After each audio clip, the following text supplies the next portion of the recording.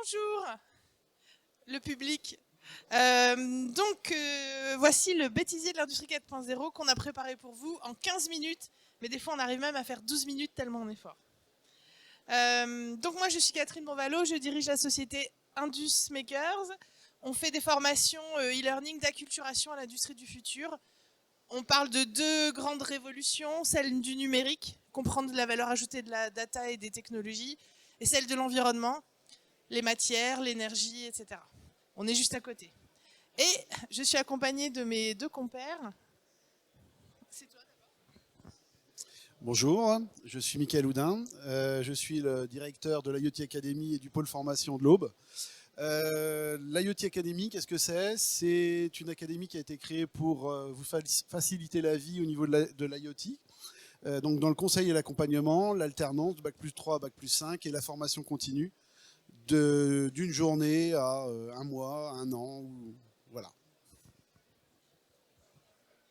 Et enfin, pour terminer, je suis Nathan Danous, donc le directeur technique de la société Cycle Research.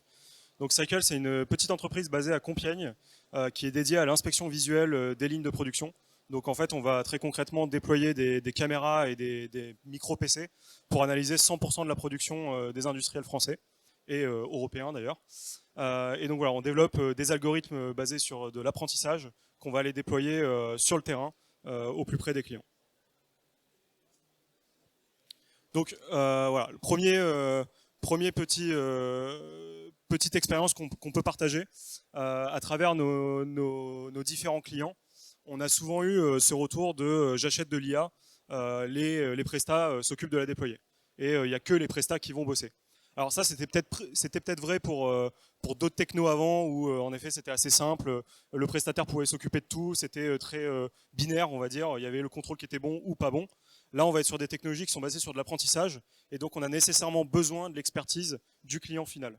Et donc vraiment, c'est cette notion de formation que le client va devoir faire pour former l'algorithme, pour lui apprendre à détecter les bons produits des mauvais produits, voire même de les caractériser un peu plus finement, de dire entre les bons et les pas bons, il y a peut-être plusieurs classes différentes. Et c'est là tout l'intérêt de la technologie, c'est d'aller détecter des défauts qui jusqu'ici ne pouvaient pas être détectés avec les solutions standards du marché. Donc, ouais. L'erreur, c'est vraiment de vraiment laisser le prestataire travailler tout seul, puisque nous, on n'a pas l'expertise que lui a en fait. On ne connaît pas son métier, on ne connaît pas ses défauts. Petit souci technique, visiblement.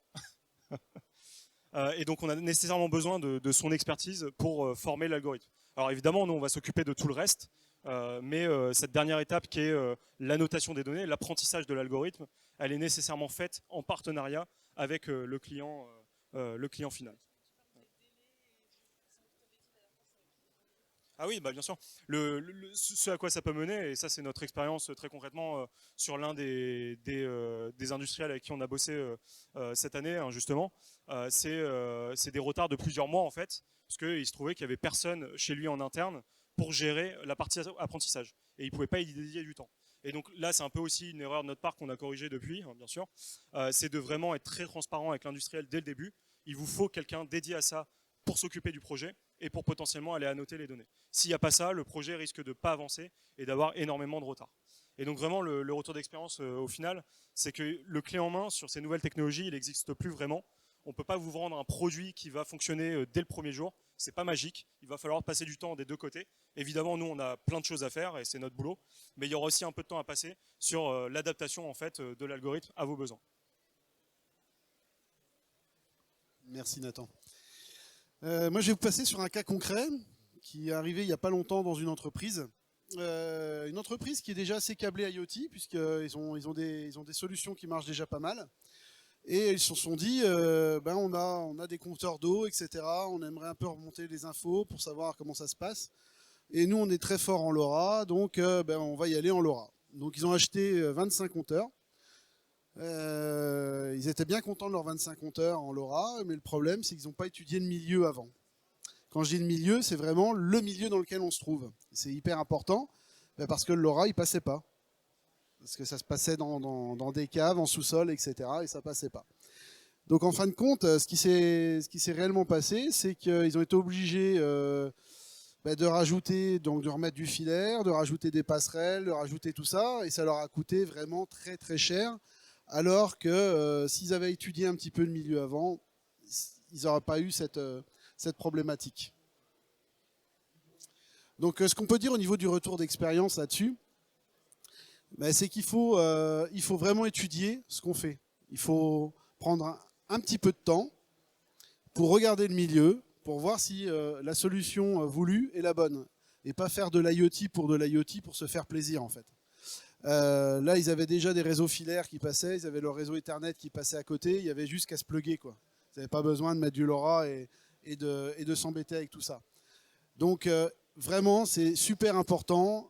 Faites-vous accompagner, je le répéterai tout à l'heure, faites-vous accompagner si vous avez des doutes, ou en tout cas faites former vos collaborateurs à l'IoT pour éviter ces petits déboires.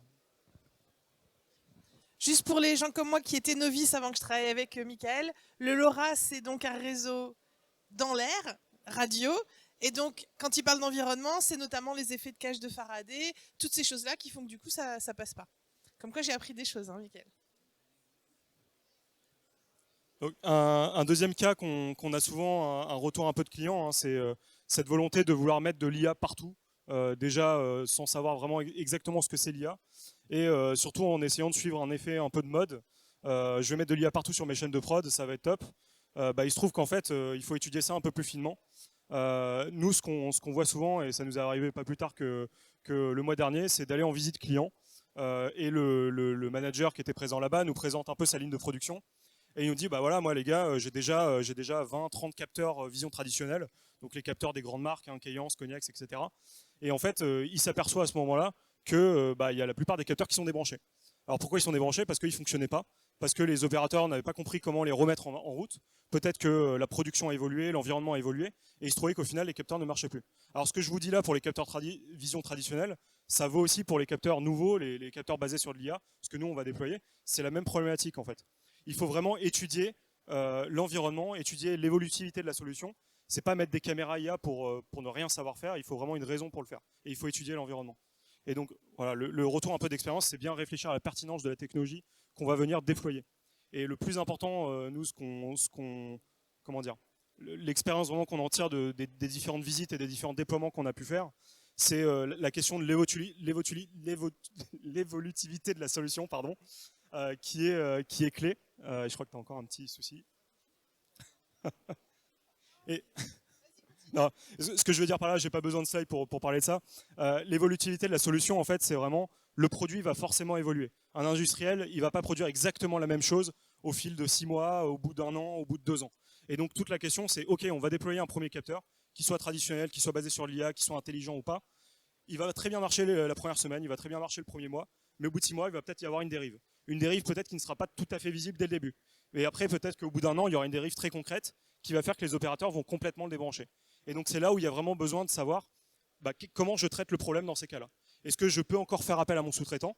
On a déjà vu des cas d'industriels qui nous disaient là l'intégrateur n'existe plus. Et donc en fait ils n'avaient plus aucune solution malheureusement pour corriger ce problème. Et donc il faut vraiment réfléchir dès le premier jour, dès la première semaine, dès l'intégration de ce matériel à qu'est-ce qui va se passer dans 6 mois, qu'est-ce qui va se passer dans 1 an, quand ma production va changer, quand mon environnement va changer. Comment est-ce que je vais traiter ce problème-là?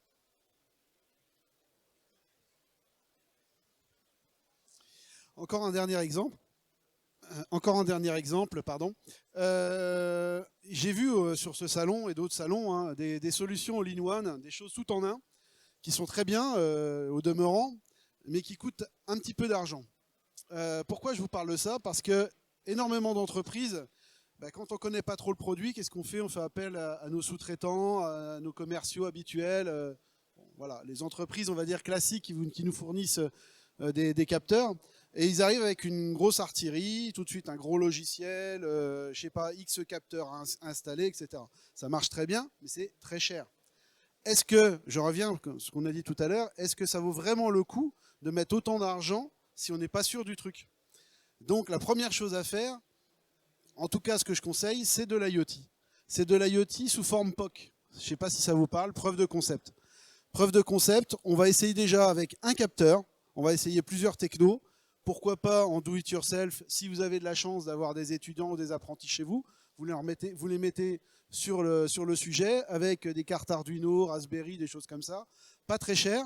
On vérifie la faisabilité du projet et après on achète du manufacturé, quelque chose qui tient la route dans le temps, parce qu'on est bien d'accord qu'une Arduino, en fonction du milieu, elle ne va pas tenir 10 ans. Mais par contre, tout de suite, vous allez vous rendre compte si c'est le sujet ou pas, quoi, si ça vous rapporte quelque chose ou pas. Donc ça, c'est très très intéressant. Ça ne coûte pas très cher. Et tout de suite, vous pouvez voir le retour d'investissement, il est pratiquement immédiat. Enfin, c'est pas qu'il est pratiquement, c'est qu'il est immédiat. Sur la maintenance prédictive, notamment. Juste en surveillant un moteur, une température, des choses comme ça, c'est du one-shot. Dès que vous allez avoir une montée en température, vous allez être alerté avant. Qu'est-ce qu'on fait? On fait un arrêt programmé plutôt qu'un fortuit. Ça coûte tout de suite moins cher que d'avoir une panne et relancer toute la machine. Donc c'est du one-shot. Dès la première défaillance, c'est amorti. Et là, après, derrière, vous pouvez investir en disant, effectivement, si je veux déployer sur, on va dire, des endroits ou des process qui sont un petit peu, on va dire, délicats ou bloquants pour votre entreprise, on les met à ces endroits-là et tout de suite, vous avez un retour sur investissement qui est là, cette fois-ci, immédiat. Mais on a testé avant. On est sûr que ça fonctionne. Et par rapport à l'exemple de tout à l'heure, on va tester aussi les connexions, voir si on a besoin de sans fil, de filaire, si on va passer par du Wi-Fi, si on va passer... Ça, après, c'est une question de cybersécurité, etc. aussi de vos entreprises. Hein. Là aussi, il faut voir avec la DSI. Hein. C'est hyper important. Parce que là, ils n'aiment pas trop. Hein. Quand on vient jouer sur du Wi-Fi, sur des ondes radio, avec des passerelles reliées sur Internet, bon, il faut travailler main dans la main avec la DSI. Mais je vous assure que le jeu en vaut la chandelle. Non, mais là, c'était pas moi. C'est pas grave, il nous restait qu'une slide. Attends. Oui, là. Donc, comme vous l'avez vu, alors déjà, comme moi, il y a 1 an ou 2, je ne comprenais qu'un mot sur 2 de ce que disaient Michael et Nathan.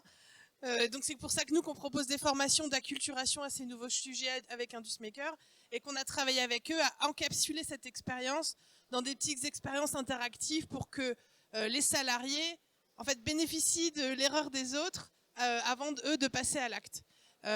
Et donc, alors, on va voir si j'arrive à vous le projeter. Attends. Et oui, je laisse le mot de la fin. Attends, vas-y. Les différents retours qu'on vous a fait, retours d'expérience, hein, qui sont basés sur vraiment des cas de déploiement concrets ou des études réalisées avec des clients, ça peut vous paraître un peu du bon sens. Et je pense que c'est toujours bien de répéter un peu les choses qui font sens. On n'a pas envie, enfin, ce qu'on veut faire ressortir par cette présentation, c'est vraiment qu'il n'y a rien de magique. Le but à la fin de la journée pour un client et pour nous, c'est d'avoir quelque chose qui fonctionne en production. Il n'y a rien de pire que de voir un capteur qui est débranché parce qu'il ne fonctionnait pas, que voir les opérateurs sont déçus par la technologie, ou que le client même se retrouve qui ne croit plus en fait que la problématique peut être résolue grâce à de nouvelles technologies. Si, il y a toujours potentiellement moyen de résoudre ça, mais la question c'est quelle est l'approche qui va être menée. Est-ce que c'est une approche qui est durable dans le temps? Et c'est ce qu'on essaye en fait, en tout cas de faire avec nos clients, et c'est ce qui me semble très important en tout cas aujourd'hui. C'est pas forcément parler que de la nouvelle technologie, c'est surtout parler de l'approche qu'on va en faire de cette nouvelle technologie. Donc là c'est moi, je dois être aujourd'hui, je sais pas, j'ai des ondes aujourd'hui. Donc pour conclure, moi ce que je voudrais vous dire aussi, c'est n'hésitez pas à faire appel à des consultants, à des spécialistes. C'est très très important. Alors effectivement, un consultant, c'est un coût, entre 1000 et 2000 euros par jour en fonction du consultant.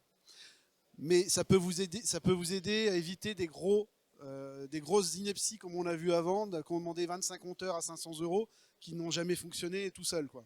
Ça peut vous éviter des pièges, comme disait aussi Nathan. Donc voilà, il y a le conseil, il y a des consultants, n'hésitez pas. Nous, on en fait. Je dis pas ça parce que nous, on en fait, hein, mais on n'est pas les seuls. Nous, on est basé dans l'Aube, donc ce ne sera peut-être pas les plus près pour vous, mais il y a d'autres consultants. Et aussi, prenez des apprentis. Formez votre personnel. Formez votre personnel que vous avez actuellement, donc en formation continue, et prenez des apprentis pour faire justement tout ce qui est preuve de concept, etc.